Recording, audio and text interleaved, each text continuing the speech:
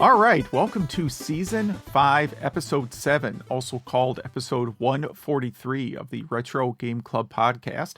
I'm Hugh, and joining me is someone who recently put his retirement savings into Atari stock, Rob. I really have all my eggs in that basket. I really think that company is up and coming. I think so. I think it's a wise investment. I did see that Atari did take some of this money, or sorry, the company that calls themselves Atari, did take some of the money that they've been getting from investors and used it to buy, was it the Berserk IP? I know they bought a company that has been remaking retro games. I forget which one. They bought a studio also that has been doing remakes. So those both could be good. I don't know what they paid for Berserk. That could be a good investment. I don't know. I mean, it certainly means we'll be seeing it on more collections in the future. I mean, it also means there's going to be a Berserk movie where Chris Pratt plays the bouncing smiling face. Yeah. I now forgot, like, I guess if you had asked me before, I would have always assumed Berserk was Atari IP already. I kind of thought it was too. I can't believe that hasn't been a Game Club game. I kind of can believe it. It's not a very deep game. So it was developed by Stern Electronics, and then Atari and Western Technologies did ports of it. Stern, like pinball Stern? Yeah, Stern Electronics. Yeah, same company. I did not realize that. And I don't know. Well, Stern is still a company, right? Yeah. They make still few make pinball games. machines every year. Yeah. Yeah, they make like the Mandalorian pinball and They just released The Godfather. Godfather. Okay. I have Munsters right behind me, which I'll probably be selling soon. So that's probably who still owned the rights to Berserk. Yeah, probably. Yeah, I know Stern just bought a new giant building not too far from you.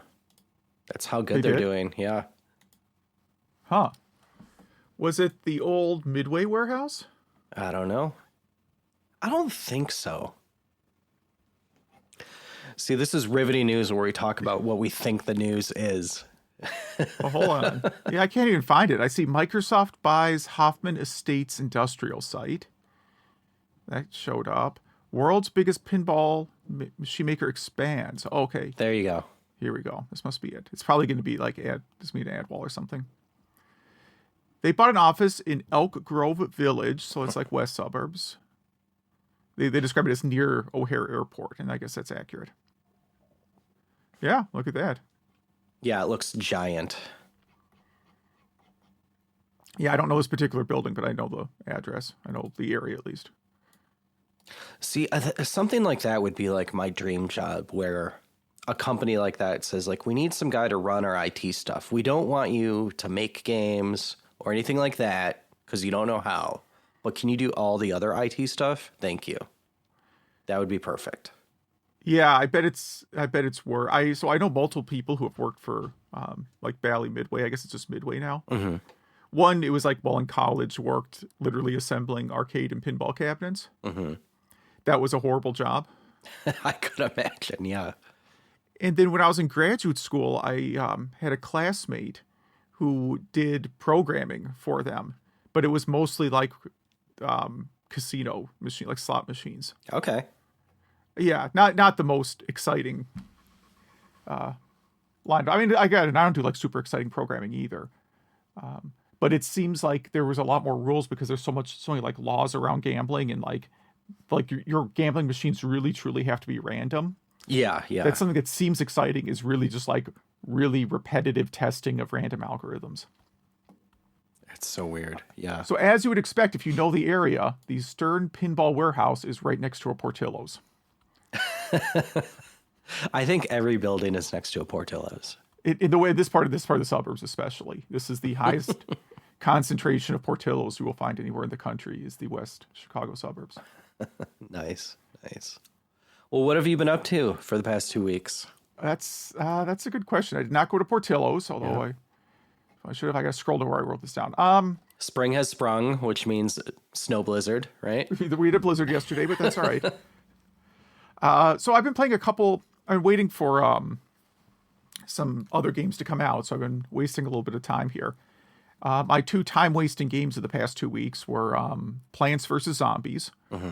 So that's one I've listened to the soundtrack a few times. Really awesome soundtrack.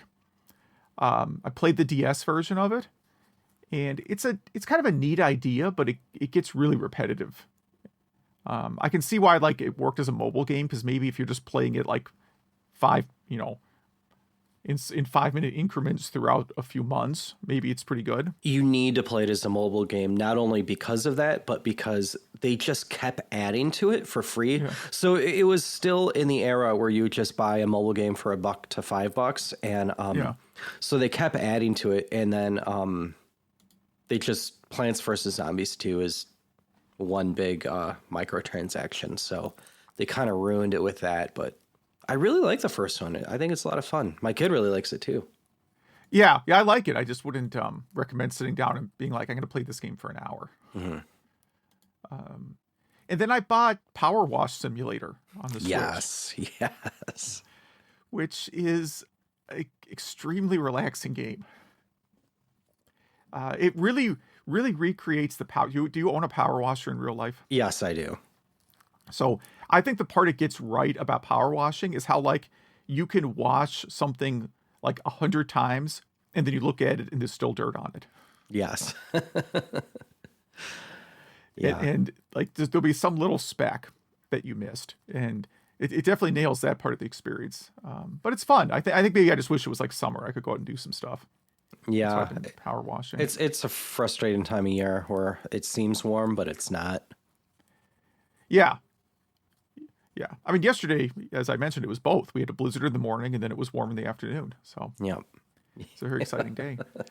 And then there's a lot of stories about like the Wii U and 3DS eShops closing down. I would say like 80% of the video game news I've seen from the sites I follow. I follow mostly retro gaming sites.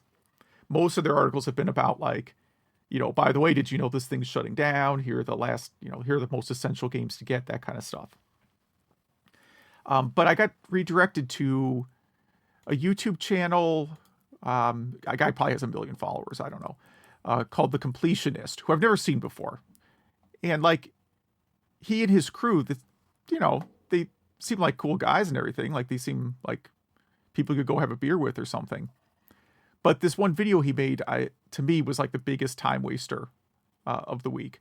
So he did a video called I bought every Wii U and 3DS game before the eShop closes. And as you can expect, that was a very difficult and clunky experience because these are eShops from like years ago. And a lot of the video was kind of just complaining about why don't these shops work like Steam? It's like, well, of course they don't work like Steam because they were made by Nintendo, who never really cared about online sales, or definitely didn't in that era. Yeah. And they weren't meant to like, I'm going to go buy hundreds of games at once.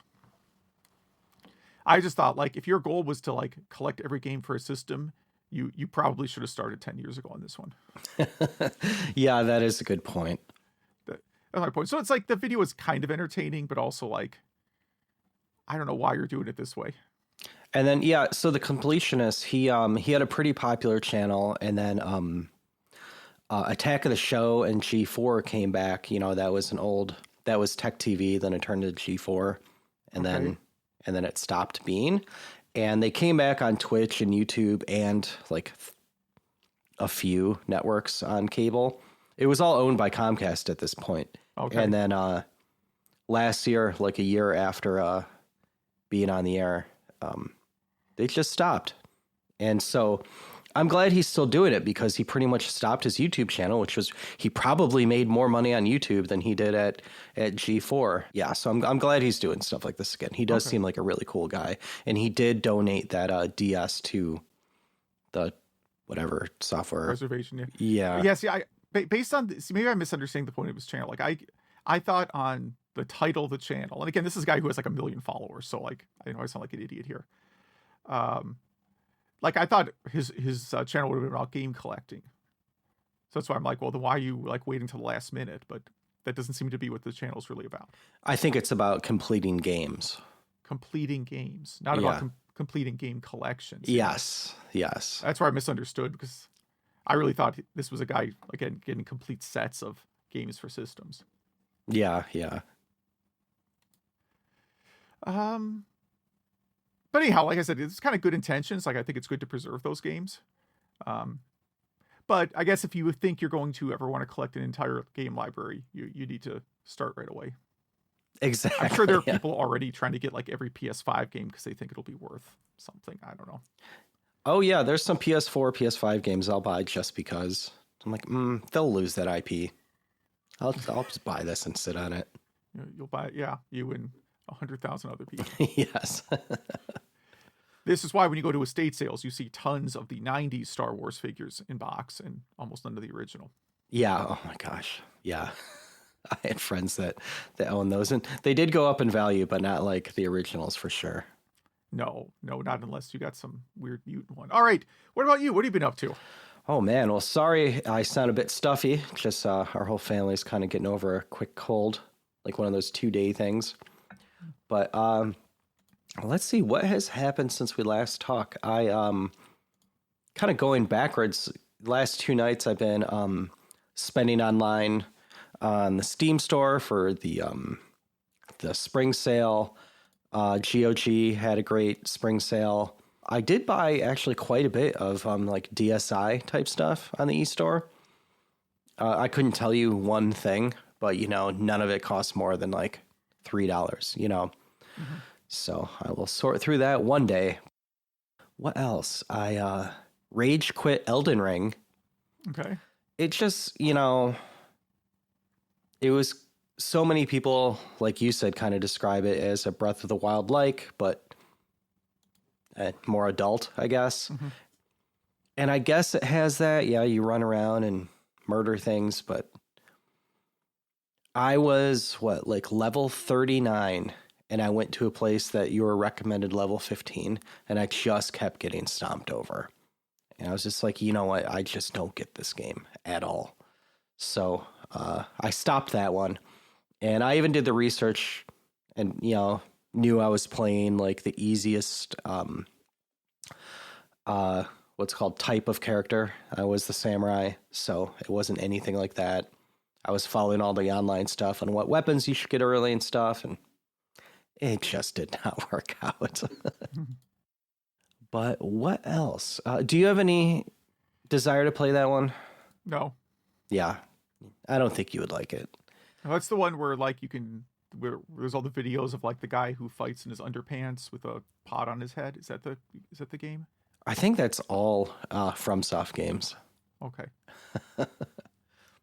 I mean, yeah, my impression is it looks like a gritty Breath of the Wild. It just doesn't seem like something I would get into. I don't know. It's like Dark Souls, right?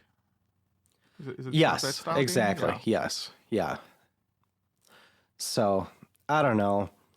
Speaking of Breath of the Wild, I have been kind of watching and listening to a ton of YouTube channels about like Breath of the Wild and Zelda lore, just to kind of, I don't know, get back into it. I'm really excited for that new game. So, yeah, I need to pre-order another copy of it. I don't know why, because I have kids and I'm dealing with them fighting if they want to play it at the same time. Yeah. But it was because there's like an amiibo. This is how much of a dork I am, right?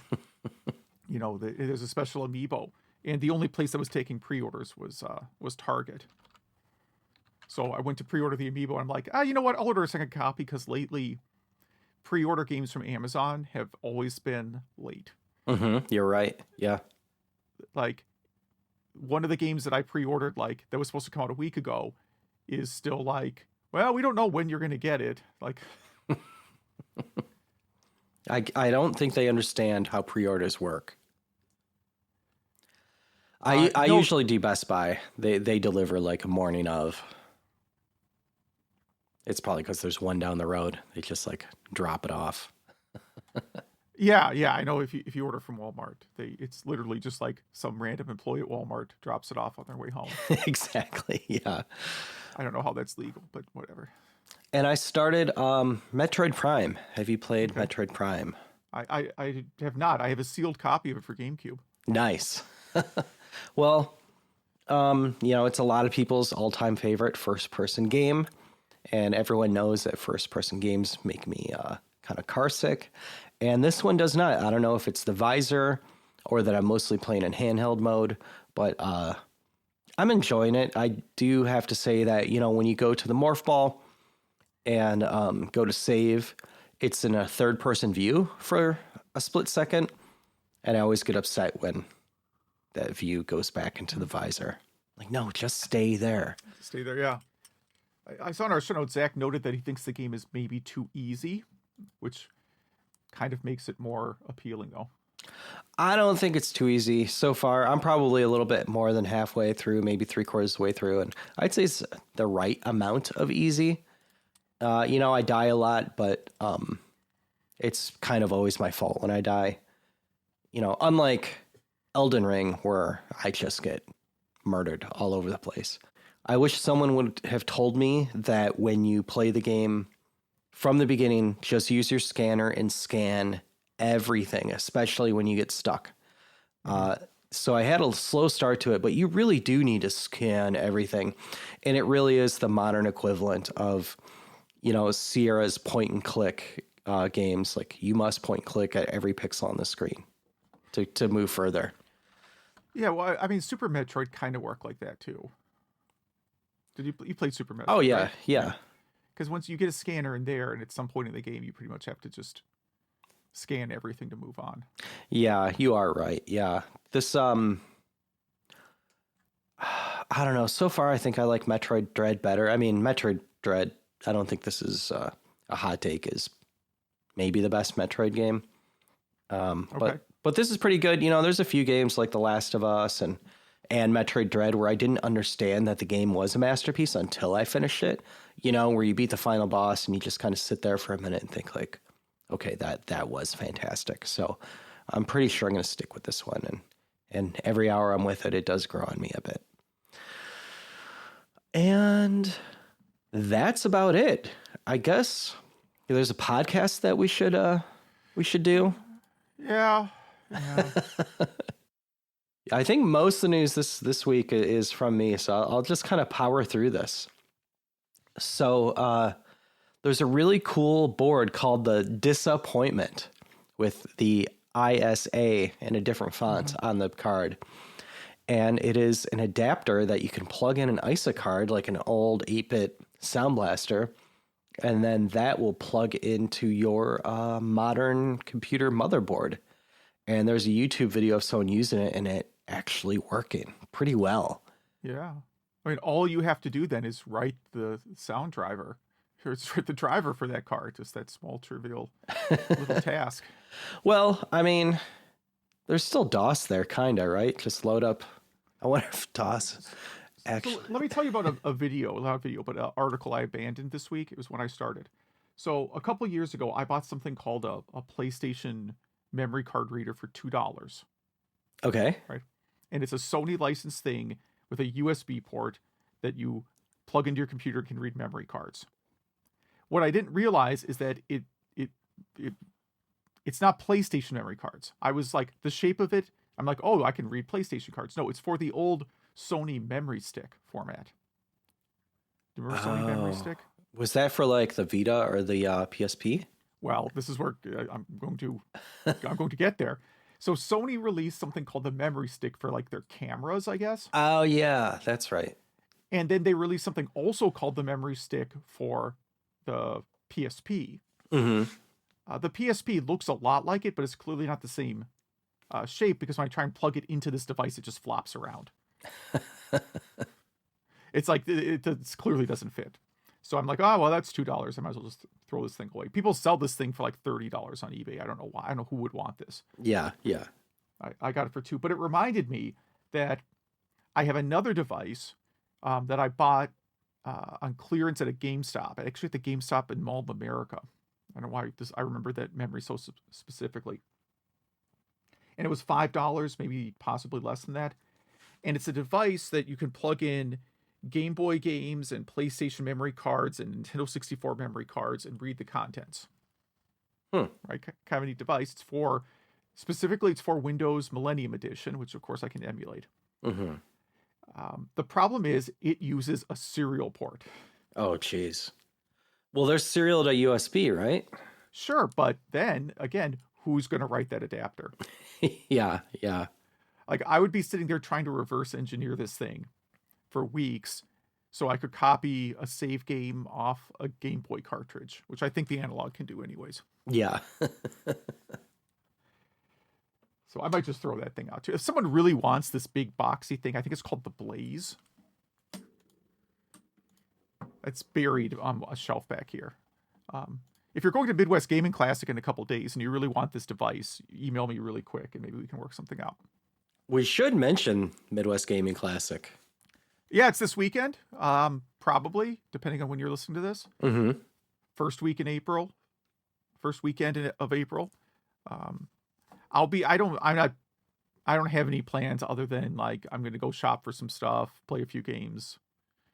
I did watch the guy who runs Midwest Gaming Classic has a Twitch channel. I don't think he plays games. I don't know if he plays games on it. I don't know. But he definitely gives updates on the show there. Mm-hmm. And he mentioned they have an official beer sponsor, but he couldn't say who it was now. Apparently can't announce that early, but it's a microbrewery of some sort. Didn't sound like it was a big chain. Well, he said it was a chain, like you could buy their stuff in stores, but it wasn't like, Miller or someone like that. Yeah, yeah. And they're doing a lot of Mortal Kombat 2 stuff this year. They got like all the actors there and a bunch of events related to that. So looks cool. Looks like it'll be a good show. I'm pretty excited about it. As excited as I can get about things. Yeah. Well, cool. Yeah. I there's a small chance I'll go, but we'll see. It would be kind of on a whim. Yeah. And it'd be a long day. It might seriously be a wake up early in the morning, drive to Milwaukee, hang for a few hours, drive back. Yeah. There's not supposed to be a blizzard this year, so I think it'll be fine. We'll see. But is Nate going to be there? Because we have some news about Nate. I believe so. I believe Doodle World will be there, and this is my favorite news article of the week. Doodle World is coming to Nintendo Switch, and you can pre-order it now. I think it releases April 1st, maybe? I can't remember these. Nintendo doesn't, don't they give a firm date? March 30th, they say. I'd heard from Nate that it was actually supposed to be out sooner than that, but it is only $9.99. And it's the deluxe version. Yes. What's in the deluxe version? I don't know. It includes the version of the original Doodle World and the all new game Doodle World Redrawn. Mm-hmm. Nice. Yeah, it's a fun game. I mean, it's great. Yeah. Yeah, it's not like a 40-hour epic or anything, but it's fun. It's not a Souls-like. No, you will be able to win this game. Yeah. Even if you are not very good at games anymore. Yeah, and if Nate happens to listen to this episode, I would love to know if there's any story you could share with our listeners on how it got on the Switch, even if it's just like the programming side of it, like, is it emulated? Is it converted to C? Something like that. Yeah. So I'm always interested in that stuff. As usual, I find it amusing that this thing that fit on an NES cartridge is a 205 meg download. That is awesome. It's probably like Unity or something. Mm-hmm, mm-hmm. What else? Probably the most pointless story of the week, maybe. Mega Man 2 ported to the SNES, but it's not how you think. It looks exactly the same, except there's no flicker or slowdown or anything. It just uses the faster chips in the SNES to make it a smoother game. And so apparently this is still online. So I guess you could get it before it's gone. I don't know how litigious Capcom is. The funniest one I think of the week is someone modded Myst to add in a metal soundtrack and demons and guns and pretty much makes it into a first-person shooter. I just think that's hilarious. Yeah, the world of Myst is very, pretty, right? It's a very cool environment. Mm-hmm. And I could definitely see a game where you could explore that environment, like, for real, as opposed through still pictures. Mm-hmm. Yeah. anything to make it more exciting would be good because it's a really cool environment. Yeah. Well, now you can with metal music and and demons. And I guess it's supposed to do something funny when you die, but I can't find that right now. But yeah, if any of our listeners plays this, please tell us what you think about it. That's not when I will have time to play. And then a lot of like emulation type news too. The best PS1 emulator now has better online multiplayer than most modern games. So yeah, the Duck Station emulator for PS1 now has rollback netcode, which is like the hottest new thing that like Street Fighter 6 and stuff uses. Okay, what is that? It is so you don't really feel the lag. So if someone blocked something that should have been blocked, but because there is net lag, you know, it was first registered as a hit, it'll quickly roll that back before anyone notices. So it kind of makes it feel like you're more, you know, in the same room and makes it a smoother experience. So pretty cool if you're into that sort of thing. I think this story is incredible. The NESFab programming language, it's a more C-like programming language that kind of transpiles to assembler. It's supposed to be really good for programming some Nintendo games. Would you ever be interested in something like this? No. Because it. No, I mean, here's the thing. Like, I'm sort of hesitant to develop anything for a Nintendo system. I just mean anything like this. Oh no, I'd rather just do it myself. Okay. I'm not interested in. Because there's some quality of life stuff, like it does automatic like bank switching and stuff like that. Yeah, see, I'd rather figure that stuff out on my own. Like, this is why, the whole point of me, like, when I wrote some Sega Genesis demos, wasn't about, like, I want to make a good Sega Genesis game, because I clearly succeeded in not making a good game, right? But I was interested in how do I make the tools to do this. Mm-hmm. Yeah, so, like, yeah. I have my own source generation tools, right? And these tools could be better. They probably are. I don't really know. But for me, the figuring out how to do these things is more interesting to me than actually doing them. So do you usually write in straight up assembly, or did you write your own kind of transpiler? Well, or the both? First demo I did was almost entirely in assembly, but then I wrote tools so I could take like for instance, like sprite sheets. I could create a sprite sheet and a palette. I could create those like in PNG files, and I would write code to generate the the actual binary code for those. Because that's a lot easier than trying to code that stuff. And also then you can do things like the code I wrote, I can just upload like a whole sheet of tiles I created, and it can just dedupe it for me, because I tend to do things like create duplicate tiles all the time. Nice. So I can give it a scene and just be like, here, figure out the instructions to draw this scene with all the tiles deduped. Nice. That is something I have never done before. Yeah, it's not very hard. I didn't think it was really that difficult. The part that's most difficult, it's just hard to debug things on an old console. Yeah. And like with these old consoles, like I have some screenshots, like one very small mistake can cause just absolutely catastrophic bugs. Like, why is everything red now? Why does like I literally it took me a while to figure out like why are all my palettes just red now? Was it just like a Myst character? Yeah, it was just a small little Myst thing. Yeah, that sounds frustrating. Yeah. Some like more emulation stuff. A very efficient x86 64 emulator came out. It kind of works like Rosetta on Apple. And so yeah, if you're on a a RISC system, ARM or RISC-V, something like that, you could use this, and you can run Steam and stuff like that for Intel. And I guess it works kind of all right. So I wonder if you could use this for like those Android streaming boxes. You know what I mean? Like those boxes you get on Amazon for like $40 that are like quad core, but they're all probably ARM machines. You probably could, but those machines would still be slow. You know Well, what I mean? you don't know what I'm emulating, right? True. I'm Yeah. emulating, like, I'm not trying to run Elden Ring on this thing. Yeah. Yeah. You'd be running like some Indiana Jones and the Fate of Atlantis type stuff. Yeah, if that, yeah. Maybe not even that advanced, who knows? Yeah. Yeah. So pretty cool. The benchmarks are great. I clicked through a few of their sites and it seems legit, especially the benchmarking part. And something that Doom runs on. Actually, it's something that runs Doom. I said that backwards. This is DoomLinux.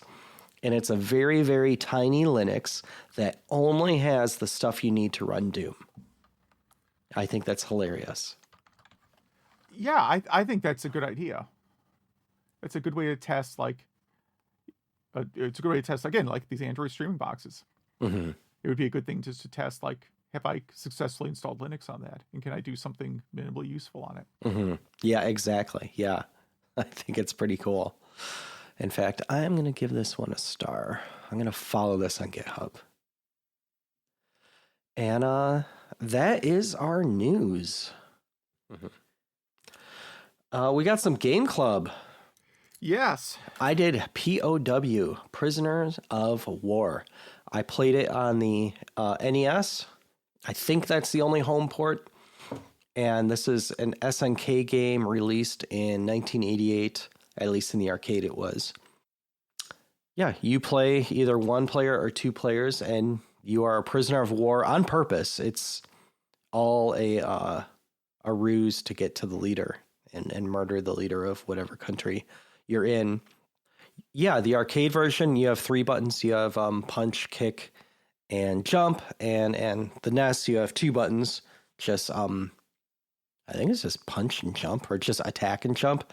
And if in the arcade version, if you press like jump and kick, you do a jump kick. If you do jump and what is it? There's a few different combos with the 3 different buttons. Yeah, there's a headbutt with punch and kick together. And then if you do punch and jump, I think it does like a backwards punch, something like that. And you could get upgrades like throwing knives, machine guns. The machine gun you can kind of keep the whole game. Yeah, it's really an early thing you want to get. And the NES port does have some different levels and I think a few different power-ups, if I remember right. Unlike most beat-em-up games like this, this is definitely a Double Dragon-like. You can go into the doors that are behind you, and if you beat the enemies in there, then you get like a special power-up, like brass knuckles and stuff like that. Yeah, it kind of looks like Metal Gear when you're inside those rooms. Right? Yes, totally, yeah. And so what else did I want to say about this? An alternative name for this game could be Escape from the Dumbest Army Ever. They're just, hundreds of people coming at you with knives and stuff. They throw grenades at you, which on the NES, I don't think in the arcade, but in the NES, you could just throw right back at them. Well, you have to fight the helicopter, right? You pick up the grenades and chuck them at the helicopter. Yeah. I was sort of hoping this was one of those games where, as I like to put it, you jump kick a helicopter to death. Yes, yeah. But no, you use grenades. Yeah. And what else can we say about this? I don't know. It's a cool game. I picked this just because I was kind of thinking about it when I was doing a lot of arcade cabinet repair, and specifically like the CRT monitors and stuff like that.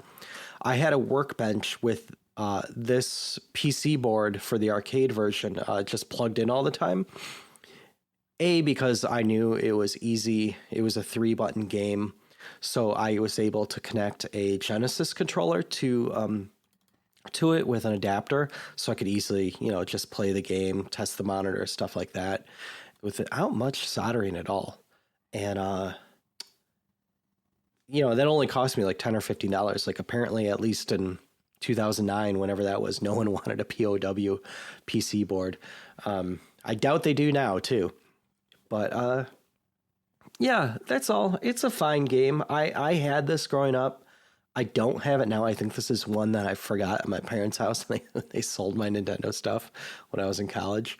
But yeah, it's fine. What do you think about this one? Yeah, it's all right. I think if you had told me this was just like a Lost Double Dragon prototype, I would have believed you. Hmm. It plays, at least on the NES, plays very similar. Hmm.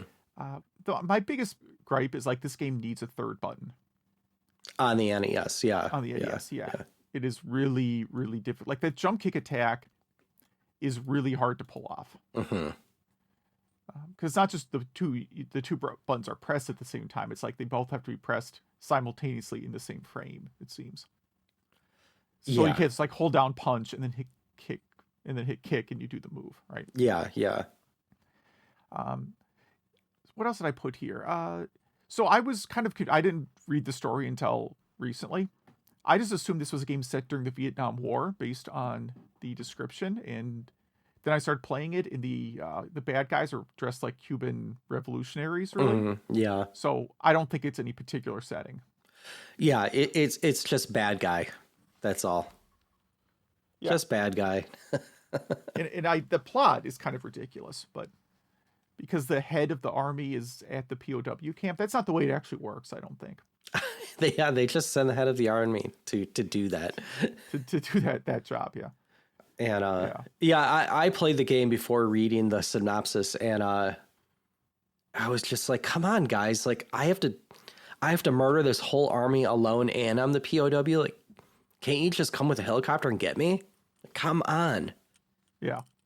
The enemies are pretty good at avoiding your attacks. I mean, that's the thing. Like a jump kick attack, it is powerful if you hit it, but they do manage to get away from it pretty easily.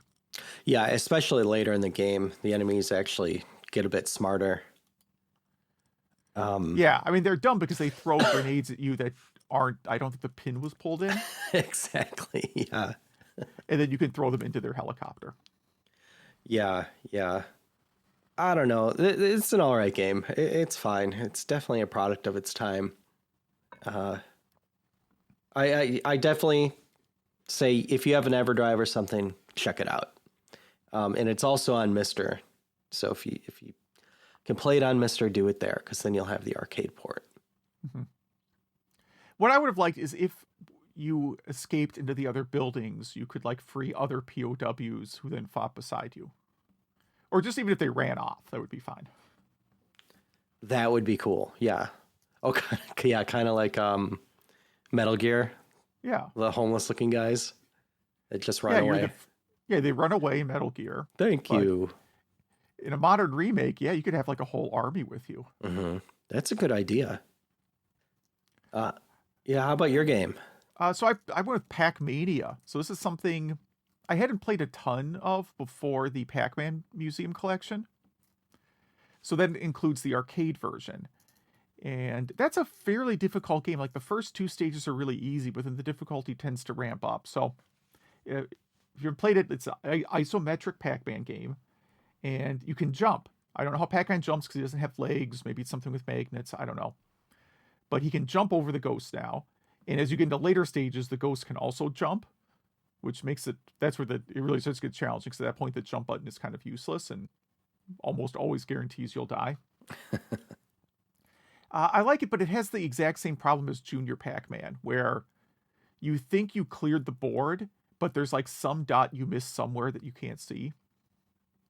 So then you end up, going over the whole board again to find the one thing that you missed. Because it takes up more than one screen.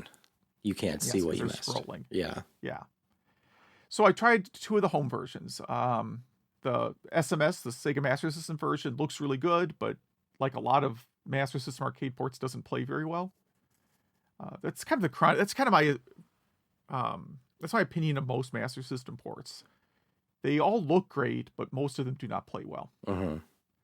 Whereas the NES version looks worse, but plays like it's just a lot more fun. And it's super easy compared to the other versions. I feel like that's all programming, right? Mm-hmm. They're pretty much the same system. I mean, they're different CPUs, but roughly power-wise, the same capabilities. Yeah. Like Master System doesn't have, what's it, like Sprite Flip or something? That's one of the few things it doesn't have. Yeah, I'm really concerned you're going to trigger an email with someone trying to explain to us how the Master System's a much more advanced system than the NES, and No need to write us about that. We know the yeah, specs. yeah, they're comparable systems. I'll just leave it at that. Yeah, like the 7800. Yeah, and what tends to happen with arcade ports, I think, is people made the NES versions play more like NES games. I think maybe this is, I like obviously Pac-Mania would not have gone through the Nintendo seal of quality because it was a Tengen port. Mm-hmm. But other ports, you're getting guidance from Nintendo on what to do with your game. And I think Nintendo was probably telling developers just make the things easier. You're not trying to like suck down quarters anymore. Just make the games fun, and I don't care if it plays like the original arcade game. Yeah, I mean they definitely. Yeah, it's like Ninja Gaiden and Well, Spy Hunter is yeah. I can play Spy Hunter forever on the NES. I can't last 30 seconds in the arcade version. Yeah, Legendary Wings, Strider. Yeah, Strider, Paperboy for sure. Mm-hmm. It looks much better on the Master System, but I don't know. But it's like the arcade game. You just die constantly. Yeah. So Pac-Mania, even though, again, it would have been a Tengen port, kind of maintains that thing where it's just super easy. You're just playing for fun. The ghosts don't really seem to chase you at all. Mm-hmm. What I would say, though, is if you like isometric Pac-Man games, Pac-Man Arrangement really got that right, because there, everything is on one board. Mm-hmm. It's higher resolution, more variety to the boards. It's just overall better game. Wasn't that a Game Club game, or have we just talked about it a lot? It might have been an early pick. It seems like something I would have picked early on. Mm-hmm. I don't know. What's your opinion of Pac-Mania? It's okay. I had this one back in the day. It was fine. I played, like you, the Master System port, and it pauses when you... What happened? The game pauses for a second when you, get a power pellet or eat a ghost? Like, in a way that's kind of like jarring. Yeah, I know what you're saying. Yeah. Do all the ports do that? Because this is the only one. I watched the comparison video, which is very good. It shows the original compared to every port. It's a very good video. Yeah, I know what you're talking about. I guess it didn't stand out for me that much. But it seems like if you're going to play this at home, either the GBA or the PS1 ports are what you want. Because they're pretty much like the arcade. But I don't know. I always thought growing up, this had something to do with Lego. Yeah, like it was a sponsored game, yeah. Yeah, I mean, it just looks like it, And if you play Pac-Man 256, you could use the Pac-Mania sprites. It's not like a DLC or anything. They're just built right in that you could choose from. And yeah, my son always says he wants to play the Lego mode. I wonder why they did that.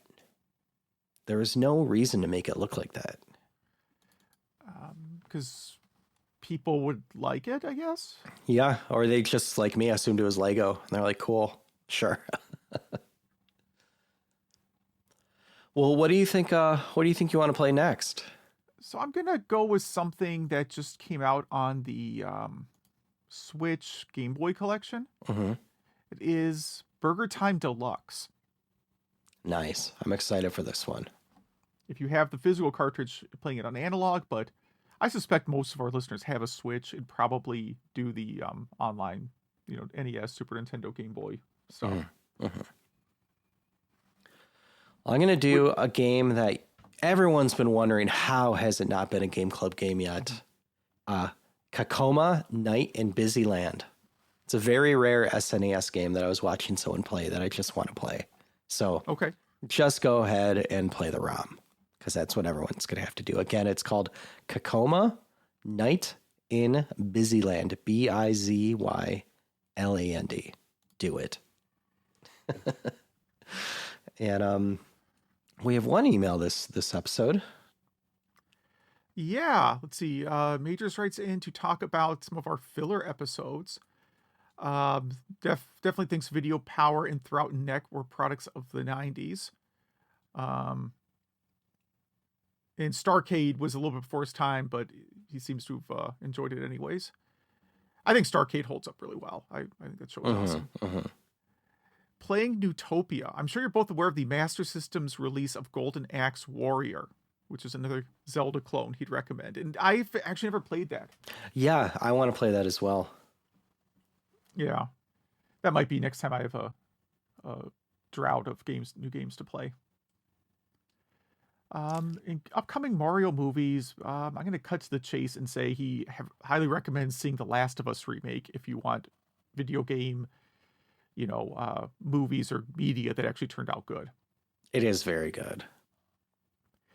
Yeah, I mean, that's the same writers as the Uncharted games, right? Wasn't Last of Us basically the author of Uncharted doing zombie apocalypse game? I don't know if it was the same writer. I feel like it was, but regardless, it's Naughty Dog who's the publisher of those, right? Yeah. Yeah, I mean, they hire, it seems to me that they are hiring people who have stage background, they're writing movies, they're not writing games. Yeah.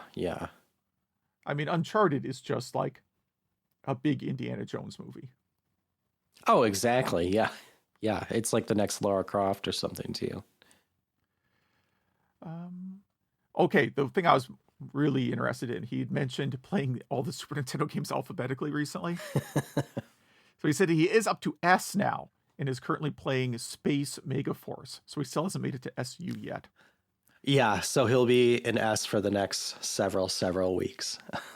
And then he didn't start with the letter A, he started with G. He played a game called Gourmet Sentai Beriyaro, which I don't know what that is, and decided to continue alphabetically from there. I hope he wraps around after he gets through whatever Z games there are. Yeah. Or what Z games are there? Well, there's Zool. Is that it? Zool the Radical Ninja? There's a game called Zoop on the Super Nintendo, I believe. That's as far as I can think of. I can't think of any. I think Zoop was on both the 60-bit consoles and maybe even the Jaguar. Favorite travel systems. Lately, the PC Engine Mini. Although he brings it, but then it tends to sit in the suitcase all weekend. Yeah, I just looked it up. Zoop is on everything. Okay. Is it alphabetically the last Super Nintendo game? I'm sure there's something in Japan I'm not thinking of. Oh, I don't know. It would have to be because, you get to ZY. Yeah, that's got to be that's pretty far. Yeah. Remember, a big part of the job I had in the 90s was alphabetizing games. So I feel like I'm maybe an expert on that. We got some social media feedback. Oh, so thanks for the email. Yeah. Social media feedback. Yeah, a lot of people this is all about your favorite Pac-Man series, and a lot of people like Pac-Man World, Myst, Pac-Man, Maze Madness, which I'd never heard of. What else do we have in here? Baby Pac-Man, Pac-Mania, Pac-Land is a notable mention. Yeah. Pac-Man Plus, Professor Pac-Man, which I don't know if I've played that. Have I played that one? I don't know. Yeah. It was a kind of limited release arcade game. Okay. The Professor Pac-Man character appears in that Pac-Man collection I mentioned. Okay. The game is not in there, but the character will be like someone wandering through the arcade you build. Okay. Pac-Man World Repack, and then last but not least, Pac-Man 2, The New Adventures.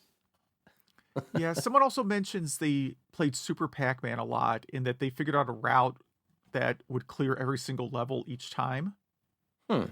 And we did Super Pac-Man as a game club pick a while ago, fairly early.